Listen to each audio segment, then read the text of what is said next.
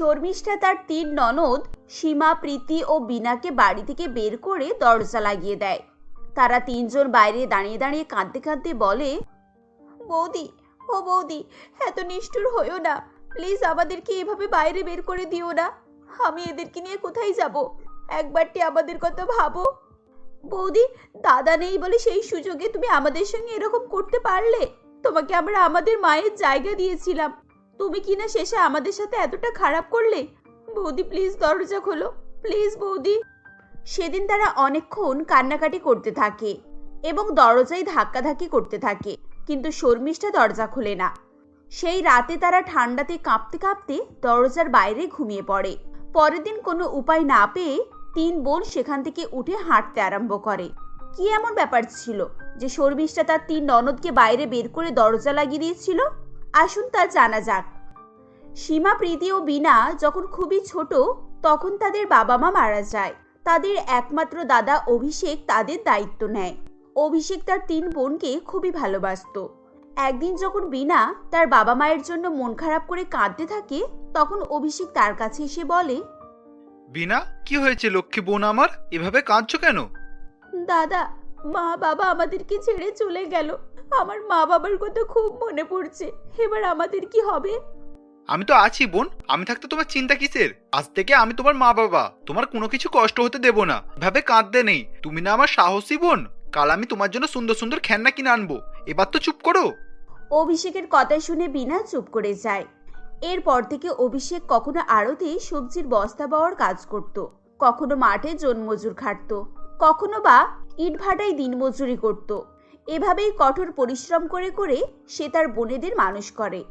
একদিন সে রাস্তা দিয়ে ভারী বস্তা মাথায় নিয়ে হেঁটে যাচ্ছিল। এমন সময় এক বয়স্ক লোক গাড়ি চালিয়ে আসছিল, কিন্তু হঠাৎ তার ব্রেক ফেল হয়ে যায় এবং তিনি একটি গাছের সঙ্গে ধাক্কা মারেন। সঙ্গে সঙ্গে বৃদ্ধ লোকটি অজ্ঞান হয়ে যায় এবং তার মাথা থেকে রক্ত বেরোতে শুরু হয়। অভিষেক সেই বৃদ্ধ লোকটিকে কোলে করে তুলে হাসপাতালে নিয়ে যায়। হাসপাতালে চিকিৎসা হওয়ার পর বৃদ্ধের জ্ঞান ফেরে। তখন ডাক্তারবাবু তাকে বলে, কি মশাই, এখন কেমন ফিল করছেন? খারাপ গাড়ি নিয়ে এভাবে কেউ বের হয়? গাড়ি ঠিক আছে নাকি না দেখে এভাবে আপনি হট করে বেরিয়ে পড়লেন, এটা তো উচিত হয়নি। গাড়ির স্পিডটা কম ছিল বলে আপনি প্রাণে বেঁচে গেছেন। এখন বলুন, আপনার নাম কি, বাড়ি কোথায়? ডাক্তার বাবু, আমার শহরে বন্দি। আমার নাম রূপকুমার সান্যাল। সান্যাল সস কোম্পানির মালিক আমি। সে কি, আপনি বিখ্যাত বিজনেসম্যান রূপকুমার বাবু? সরি, আমি আপনাকে ঠিক চিনতে পারিনি। যাই হোক, আপনাকে ছেলেটা সঙ্গে সঙ্গে হসপিটালে নিয়ে এলো বলে তাই, না হলে তো বড়সড় একটা বিপদ হয়ে যেত। ছেলেটাকে আমার কাছে আনুন তো ডাক্তার বাবু, আমি ওর সঙ্গে কিছু কথা বলতে চাই। এরপর ডাক্তারবাবু অভিষেককে সেখানে ডেকে দেয়। অভিষেককে দেখে বৃদ্ধ বলেন, বাবা, তুমি আমার আজকে প্রাণটা খুব জোরে বাঁচিয়ে দিয়েছ। তোমার ঋণ আমি কোনোদিনও শোধ করতে পারবো না। তুমি কি করো, কোথায় থাকো? কাকাবাবু, আমার নাম অভিষেক, আমি এই পাশের বস্তিতে থাকি।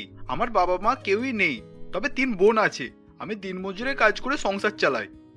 তুমি একা তো কাজ করো? আমি এই ঠিকানাটা লিখে দিচ্ছি। তুমি এক কাজ করো, তুমি 2 দিন পরে গিয়ে এই অফিসে যোগাযোগ করো। আমি তোমার জন্য একটা কাজের ব্যবস্থা করে দেব। দেখো, ভুল করো না যেন, ঠিক সময় পৌঁছে যেও। বৃদ্ধের কথা শুনে অভিষেক খুবই খুশি হয়ে যায়। সে বৃদ্ধটিকে ধন্যবাদ জানিয়ে বাড়ি ফিরে আসে। 2 দিন পর অফিসে গিয়ে নিজের পরিচয় দিতে সেখানকার ম্যানেজার তাকে কাজে রেখে দেয়। এভাবেই অভিষেকের ভাগ্যের চাকা ঘুরে যায়। দেখতে দেখতে কয়েক মাসের মধ্যে তাদের অবস্থা আগের থেকে অনেক ভালো হয়ে যায়। তাদের খাওয়া পড়ার কষ্টও দূর হয়ে যায়। কয়েক বছর পর সীমা অভিষেককে বলে, দাদা, আমাদের তো আর কোনো কষ্ট নেই। এবার তুমি একটা বিয়ে করো। বৌদি এলে বাড়ির একটা মান ফিরবে। আমাদের বাড়িতে একটা গৃহকর্ত্রীর খুব দরকার। হ্যাঁ দাদা, তুমি আমাদের জন্য বৌদি আনো। বৌদি এলে খুব মজা হবে। আমরা সবাই মিলে আনন্দের সঙ্গে থাকবো। কিন্তু বোন, আমার বিয়ের আগে যে তোদের বিয়েটা দিতে চাই, তোদেরকে একটা নির্ভরযোগ্য পাত্র হাতে তুলে দিলেই তবে আমার শান্তি হবে। দেখো দাদা, আমরা ছোটবেলা থেকেই মায়ের ভালোবাসা পাইনি। এবার তুমি যদি আমাদের বিয়ে দিয়ে দাও, তাহলে তো আমরা বৌদির ভালোবাসা থেকে বঞ্চিত হব। বলো? না না, এ কিছুতেই হবে না। আগে তুমি বিয়ে করো, আমরা কিছুদিন বৌদির সঙ্গে থাকবো। বৌদির আদর ভালোবাসা সব পাবো, তারপর আমরা বিয়ে করব। 2 মাস পর শর্মিষ্ঠা ও অভিষেকের বিয়ে হয়ে যায়। শর্মিষ্ঠা খুবই অহংকারী এবং হিংসুক ধরনের মেয়ে ছিল। অভিষেকের কাছে সবসময় ভালো হওয়ার অভিনয় করত, কিন্তু আড়ালে ননদদের সঙ্গে একেবারে বিপরীত আচরণ করত। বিয়ের পর বিদায়ের সময় শর্মিষ্ঠার মা শীতলা দেবী তাকে বলেন, আমার কথাটা ভালো করে শোন, তুই জেদ করছিস তাই এই ছেলের সাথে তোর বিয়ে দিলাম। ছেলে আমাদের খুব একটা পছন্দ নয়, তবে এই সংসারে তুই কতটুকু সুখী হবি তা নিয়ে আমার খুব সন্দেহ আছে। মা, তুমি এভাবে বলছো কেন?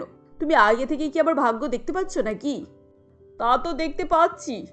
একই তোর মাথার উপরে শ্বশুর শাশুড়ি নেই, তার উপরে তিনটে অবিবাহিত ননদ। এদের ভরণ পোষণ, বিয়ে সবকিছুর দায়িত্ব তোরা জামাই বাবাজির ওপর। এসব করতে করতেই তোর জীবন কাটবে, সুখের মুখ তুই আর কবে দেখবি? ওহ মা, তুমি তাহলে এইসব নিয়ে চিন্তা করছো? তাহলে তোমায় একটা কথা বলি, শোনো মা, এইসব কিছু নিয়ে তুমি চিন্তা করো না। তুমি তোমার মেয়েকে ভালো করেই জানো, আমি যা চাই তা আদায় করেই ছাড়ি। এসব ননদ দুদিনের, কয়েকদিন যেতে না যেতেই না আমি এদেরকে সঠিক ঠিকানায় পৌঁছে দেব। সে দেখাই যাবে কে কাকে কোন ঠিকানায় পাঠায়। তবে জামাই দেখলাম বোনেদেরকে খুবই ভালোবাসে, তোর পক্ষে ওদেরকে রাস্তা থেকে সরানো এত সহজ হবে না। বললাম তো মা, তুমি এসব নিয়ে টেনশন করো না তো একদম। কয়েকদিন যেতে দাও, নিজের চোখেই সবকিছু দেখতে পাবে। শর্মিষ্ঠা শ্বশুরবাড়ি আসার পর তার 3 ননদ তাকে প্রচুর পরিমাণে তোয়াজ করতে থাকে। সে কি খাবে না খাবে, কি পরবে না পরবে, এসব নিয়ে চিন্তা তাদেরই বেশি।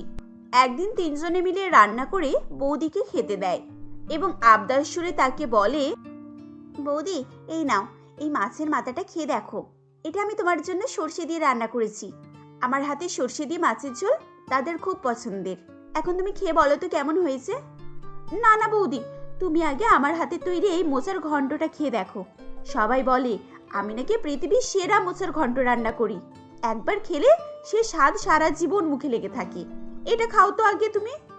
এই বলে বিনা চামচে করে 1 চামচ ঘন্ট তার বৌদির পাতে তুলে দেয়। এসব দেখে শর্মিষ্ঠা প্রচন্ড রেগে গিয়ে থালা দূরে সরিয়ে দিয়ে বলে, এসব কি হচ্ছেটা কি?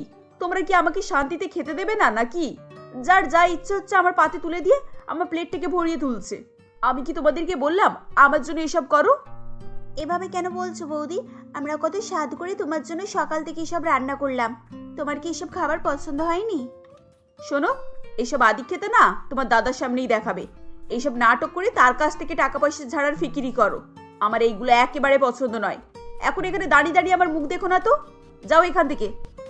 এভাবে শর্মিষ্ঠা তাদেরকে সেখান থেকে তাড়িয়ে দেয়। বৌদির এরকম আচরণে তার 3 ননদের খুব মন খারাপ হয়, কিন্তু তারা তাদের দাদার সামনে নতুন বৌদির ব্যাপারে কোনো রকম অভিযোগ করে না। তারা ভেবেছিল শর্মিষ্ঠা নতুন জায়গা থেকে এসেছে, তাই হয়তো তার এই বাড়িতে মানিয়ে নিতে সময় লাগছে। কয়েকদিন পর একটি অনুষ্ঠান বাড়িতে যাওয়ার জন্য শর্মিষ্ঠা তৈরি হচ্ছিল। সে একটি হালকা কালারের জামা পরে। তখন বিনা তার সামনে এসে বলে, আরে বৌদি, তুমি এই হালকা ড্রেসটা পরছো, এটা খুব একটা ভালো লাগছে না। তুমি তো নতুন বউ, একটি ঝকঝকে ডিপ কালারের দিকে শাড়ি পরো না, ঝকমকে শাড়িতে তোমাকে দারুণ মানাবে। এই বলে বিনা তার মায়ের একটি লাল রঙের শাড়ি নিয়ে শর্মিষ্ঠার কাছে যায় এবং তাকে সেটি দিয়ে বলে, এই দেখো বৌদি, এটা মায়ের শাড়ি, খুব সুন্দর তাই না? শোনো না বৌদি, তুমি আজ এই শাড়িটা পরো, তোমায় দারুণ লাগবে। শর্মিষ্ঠা বিনার হাতে শাড়িটা তার হাতে নিয়ে টান মেরে ছুঁড়ে ফেলে দেয় এবং রাগী গলায় বলে, শোনো, তুমি কি আমাকে তোমাদের মতো লো ক্লাসের ভিখিরি ভেবেছো? এইসব যাই তাই লোকাল শাড়ি নিয়ে আমার কাছে এসেছে। তুমি জানো আমার একটা ড্রেসের দাম কত? শোনো, আর কখনো আমার সঙ্গে এরকম ফালতু ইয়ার্কি করতে আসবে না। এখন তোমার এই অর্ডিনারি শাড়ি নিয়ে এই ঘর থেকে বেরিয়ে যাও, না হলে চড় দিয়ে তোমার দাঁত কপাটি লাগিয়ে দেব। শর্মিষ্ঠার এরকম কড়া কথা শুনে কাঁদতে কাঁদতে বিনা সেখান থেকে বেরিয়ে আসে। এভাবেই দিন কাটতে থাকে। তারা 3 বোন দিনরাত বাড়ির কাজের লোকের মতো বাড়িতে কাজ করত। ধীরে ধীরে শর্মিষ্ঠা সমস্ত দায়িত্ব নিজের কাঁধে নিয়ে নেয়। এমনকি সে রান্নাঘরে চাবি দিয়ে রাখা শুরু করে। খাবার দাবার খাওয়া হয়ে গেলে বেঁচে থাকা খাবার সে তার 3 ননদকে খেতে দিত। তারা 3 বোন এই অত্যাচার সহ্য করে চুপচাপ মুখ বুজে সেখানে থাকে। একদিন অভিষেক অফিসের কাজে শহরের বাইরে গিয়েছিল। এই সুযোগে শর্মিষ্ঠার 3 বোনকে ঘর থেকে বের করে দেয়। অভিষেক ফিরে এলে শর্মিষ্ঠা কেঁদে তার সামনে বলে, দেখো দেখো, তোমার 3 বোন কিভাবে আমাদের মুখে কালি নেবে অন্য ছেলেদের সঙ্গে পালিয়েছে। ওরা তো এই দিনের জন্যই অপেক্ষা করছিল যে তুমি কবে বাড়ি থেকে দূরে যাবে আর ওরা এই সুযোগ নিয়ে বাড়ি থেকে পালাবে। শর্মিষ্ঠার মুখে এসব কথা শুনে অভিষেক ভীষণভাবে রেগে যায়। দুঃখে রাগে সে কয়েকদিন কারোর সাথে কথা বলে না। এরপর একদিন শর্মিষ্ঠা তাকে বলে, শোনো না, এই পুরানো বাড়িতে আমরা আর কদিন থাকবো? আমি বলছিলাম কি, তুমি অফিস থেকে একটা বড় অ্যামাউন্টের লোন তোলো, এই বাড়িটা ভেঙে একটা নতুন বাড়ি তৈরি করব, কি বলো? তুই যা চাস তাই হবে, ঠিক আছে। আমি কালকে একটা লোনের জন্য অ্যাপ্লাই করে দেব। টাকাটা কিন্তু আমার অ্যাকাউন্টে রেখো। তোমার আবার যা মন, কেউ চাইলে তুমি সেই টাকা দিয়ে দেবে। এরপর অভিষেক অফিস থেকে একটি বড় অ্যামাউন্টের লোন তোলে এবং শর্মিষ্ঠার অ্যাকাউন্টে রেখে দেয়। একদিন দুপুরবেলা শর্মিষ্ঠার ফোনে একটি ফ্রড কল আসে এবং বলে, ম্যাডাম, কংগ্রাচুলেশন, আপনি আমাদের জান কোটিপতি বিজয়িতা। আপনি 1 কোটি টাকা জিতেছেন। এক্ষুনি আপনার ফোনে যে ওটিপিটা গেছে ওটা আমাদের পাঠান। আপনার অ্যাকাউন্টে এক্ষুনি টাকাটা ট্রান্সফার করতে হবে। লোভে পড়ে শর্মিষ্ঠা ওটিপি বলে দেয় এবং সঙ্গে সঙ্গে তার অ্যাকাউন্ট থেকে সমস্ত টাকা মাইনাস হয়ে যায়। এসব দেখে সে আঁতকে ওঠে এবং বলে, এ কি কি হলো? আমার অ্যাকাউন্ট থেকে সমস্ত টাকা মাইনাস কিভাবে হলো? এবার কি হবে? আমি তো এক মুহূর্তে ভিখারি হয়ে গেলাম। এরপর শর্মিষ্ঠা অনেক কান্নাকাটি করতে থাকে, কিন্তু এতে কোনোই লাভ হয় না। এদিকে অভিষেকের সঙ্গে তার নতুন বসের মনোমালিন্য হওয়ায় বস তাকে চাকরি থেকে তাড়িয়ে দেয়। দেনার দায়ে তাদেরকে ঘর বাড়ি ছাড়তে হয় এবং তারা পথের ভিখারি হয়ে ওঠে। একদিন খিদে দায়ে অভিষেক ও শর্মিষ্ঠা একটি দোকান থেকে খাবার চুরি করতে গিয়ে ধরা পড়ে যায়। তখন দোকানদার তাদেরকে হাতে নাতে ধরে এবং বলে, এই চোর কোথাকার, তোরা দুজনে এখানে কি চুরি করতে এসেছিস? দে বলছি, বের করে দে, না হলে পুলিশ ডেকে তোদের জেলে পুরে দেব। বাবু, 3 দিন থেকে কিছু খাইনি, খুব খিদে পেয়েছে, দয়া করে এই রুটিটুকু খেতে দিন। আরে বাবা, চোরের মায়ের বড় গলা, চুরি করে এখন আবার আদিক্ষেতা দেখিয়ে খাবার চাইছে। দাঁড়া, তোদেরকে এক্ষুনি পুলিশের হাতে তুলে দিচ্ছি। হই হট্টগোল শুনে বিনা, প্রীতি ও সীমা সেখানে এসে পৌঁছায়। তার দাদা বৌদিকে এই অবস্থায় দেখে তারা কাঁদতে কাঁদতে বলে, দাদা, এ তোমাদের কি অবস্থা হয়েছে? তোমরা এখানে কি করে পৌঁছালে?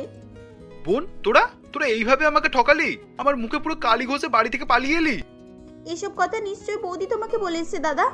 বৌদি তোমাকে সবটাই মিথ্যে বলেছে। বৌদি দিনের পর দিন আমাদের উপরে অত্যাচার চালিয়েছে, আর তুমি বাড়িতে ছিলে না, সেই সুযোগে আমাদেরকে ঘর ছাড়া করেছে। সত্য কথা সামনে আসার পর শর্মিষ্ঠা লজ্জায় মাথা নিচু করে নেয়। অভিষেক যখন তাকে জিজ্ঞাসা করে এ কথাটা কি সত্য, তখন সে কাঁদতে কাঁদতে বলে, আমাকে তোমরা ক্ষমা করে দাও। আমি অহংকারী আর লোভে পড়ে তোমাদের সাথে খুব বড় অন্যায় করেছি, আর সেই পাপের শাস্তি আজ আমাকে পেতে হচ্ছে। আমি নিজের চোখে নিজে ছোট হয়ে গেছি। এই বলে শর্মিষ্ঠা খুব কান্নাকাটি করে এবং বারবার তার ননদদের কাছে ক্ষমা চায়। বৌদির এরকম পরিবর্তন দেখে 3 ননদ তার বৌদিকে ক্ষমা করে দেয় এবং বলে, দাদা বৌদি, চলো তোমরা আমাদের সাথে আমাদের বাড়িতে চলো। বাড়ি থেকে বেরিয়ে আমরা 3 বোনে একটা রেস্টুরেন্টে কাজ পেয়েছি। এখানে বেশ ভালো বেতন দেয়। এবার থেকে আমাদের আর কোনো কষ্ট হবে না, আমরা একসাথেই থাকবো। এরপর থেকে তারা সবাই মিলে সেই ভাড়া বাড়িতে থাকতে শুরু করে। কিছুদিনের মধ্যে অভিষেক আবার একটি নতুন চাকরি জোগাড় করে। তাদের অবস্থার আরও উন্নতি হয়। এরপর থেকে তারা সুখে শান্তিতে বসবাস করতে থাকে।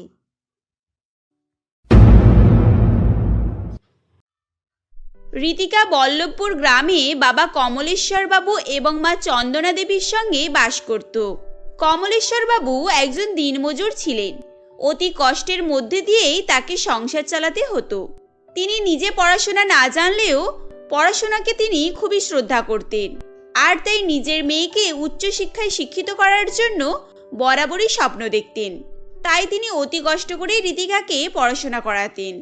রীতিকা পড়াশোনায় মেধাবী ছাত্রী ছিল, তাই বাবার অক্লান্ত পরিশ্রম এবং নিজের মেধার জোরেই সে শহরের একটি নামকরা কলেজে পড়াশোনার সুযোগ পেয়েছিল। কলেজ থেকে তাদের গ্রামের দূরত্ব কিছুটা ছিল, তাই রীতিকাকে কলেজের হোস্টেলেই থাকতে হতো। এমনই সেদিন রীতিকার কলেজ হোস্টেলের প্রথম দিন ছিল। তাই রীতিকা তার রুমমেটকে জিজ্ঞেস করে, এই নিশা, আমাদের শৌচালয়টা কোথায় রে?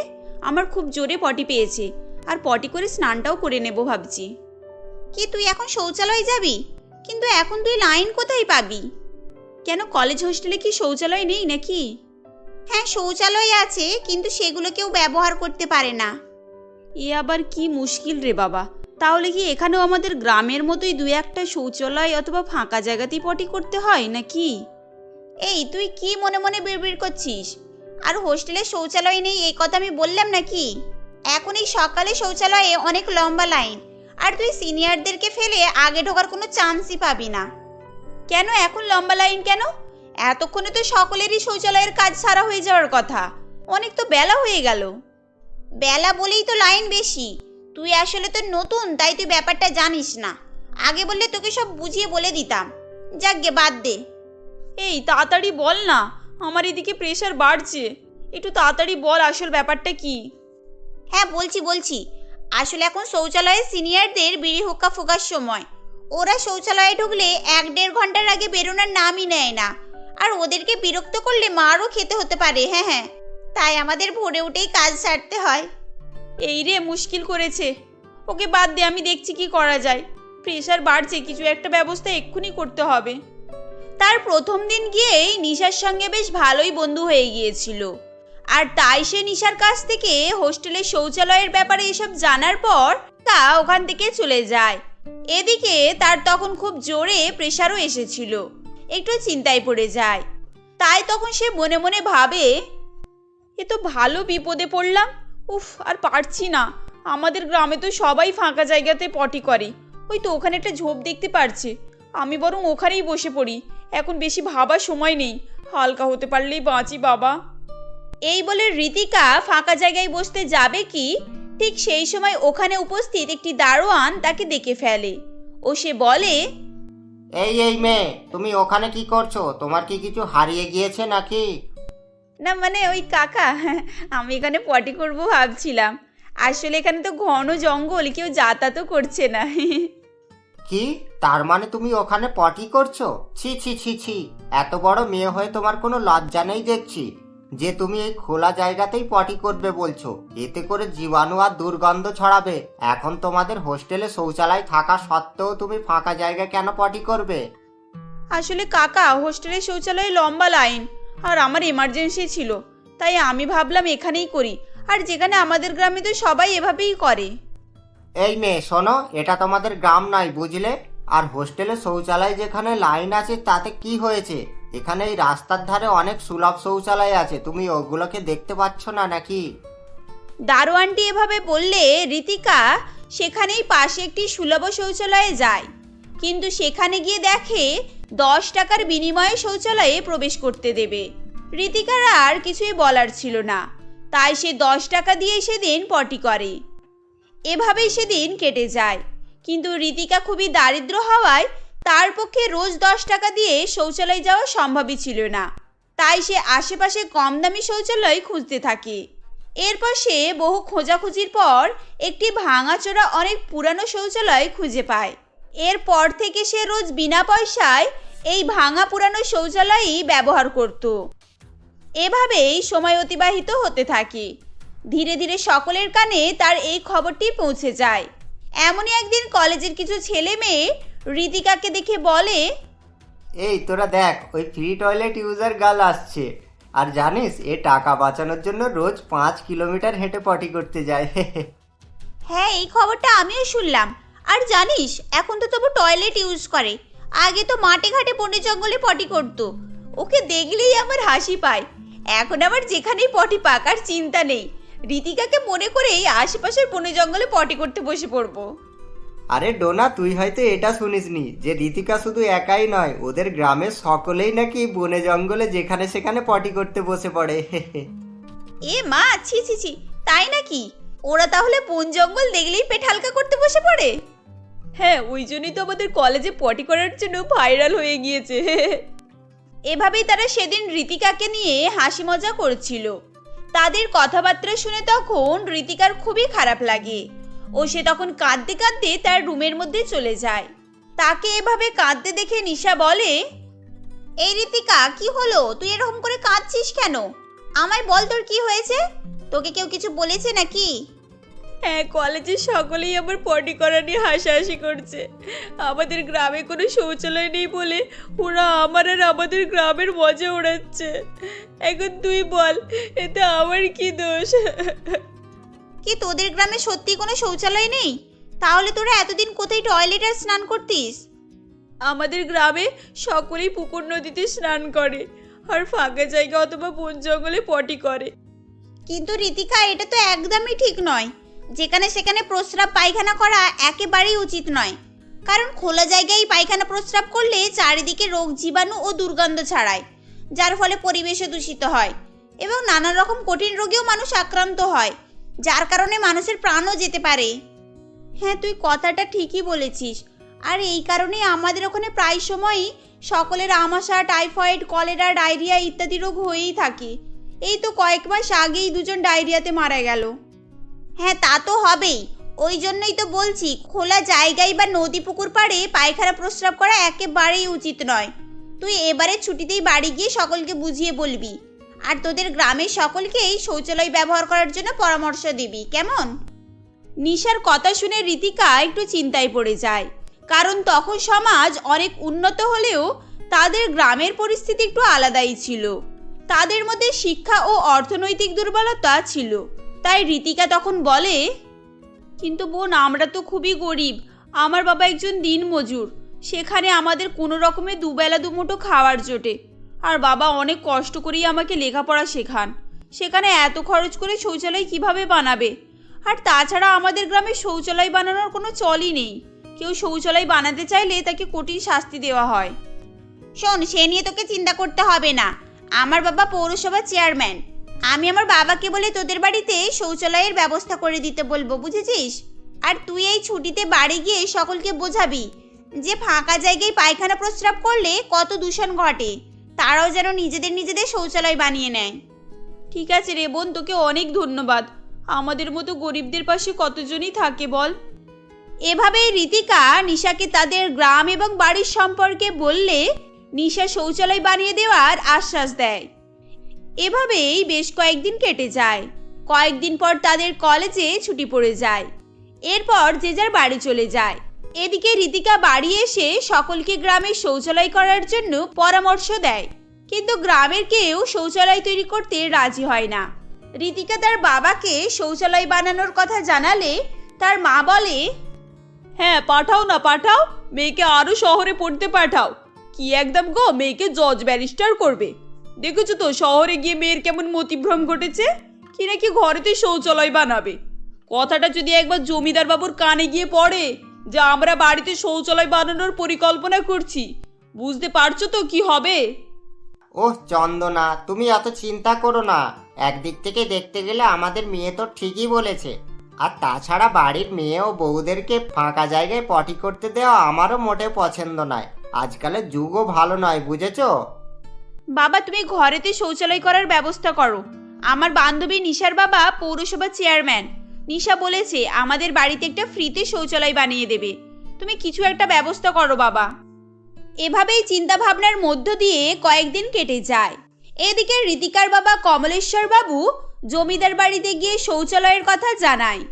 কমলেশ্বরের বাড়িতে শৌচালয়ের কথা শুনে জমিদার বাবু ক্ষুব্ধ হয়ে যান এবং তিনি বলেন, এই যে কমলেশ্বর, তোমার সাহস তো মন্দ নয়। এতদিন কেউ শৌচালয় তৈরি করার কথা মুখেই আনেনি, আর সেখানে তুমি বাড়িতেই শৌচালয় বানানোর কথা বলছো। দেখো কমলেশ্বর, এত বার বেরো না, ঝড়ে পড়ে যাবে। দেখুন জমিদার মশাই, আপনি একবার ভেবে দেখুন, আজকালের দিনকাল খুবই খারাপ। মেয়ে বউদেরকে ফাঁকা জায়গায় পটি করতে দেওয়া মোটেই নিরাপদজনক নয়। আর তাছাড়া আমার মেয়ে বলছিল ফাঁকা জায়গায় পটি করলে নাকি অনেক রোগ জীবাণু ছড়ায়। আর এটা তো সত্যি, বলুন যে আমাদের এখানে কত মানুষ রোগ আক্রান্ত হয়ে মারা গিয়েছে। এই ওসব জ্ঞান আমাকে দিতে আসবে না, ঠিক আছে? তোমার সাহস আর স্পর্ধা দেখে তো আমি অবাক হয়ে যাচ্ছি। তুমি আমার সামনে দাঁড়িয়ে আমাকেই জ্ঞান দিয়ে যাচ্ছ। যাও যাও, বেরিয়ে যাও। এক্ষুনি আমার চোখের সামনে থেকে বেরিয়ে যাও, না তো আমি তোমাকে এই গ্রাম থেকেই বের করে দেবো বলে দিলাম। জমিদারের কথায় কমলেশ্বর বাবু এক প্রকার ভয় পেয়ে সেখান থেকে চলে আসে এবং বাড়িতে এসে তার স্ত্রী এবং ঋতিকাকে সমস্ত কথাই জানায়। এরপর ঋতিকার মা চন্দনা দেবী বলেন, দেখো, এইসব শৌচালয়ের ভূত মাথা থেকে নামাও। এই গ্রামে যদি থাকতে চাও, যেমন হয়ে আসছে তেমনই পালন করতে হবে।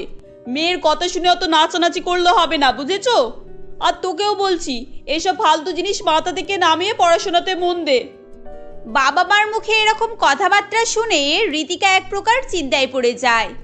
এরপর সে অন্য পরিকল্পনা করতে থাকে। কিভাবে ঘরে শৌচালয়ের ব্যবস্থা করা যায় সেই সব নিয়ে সবসময় ভাবনা চিন্তা করতে থাকে।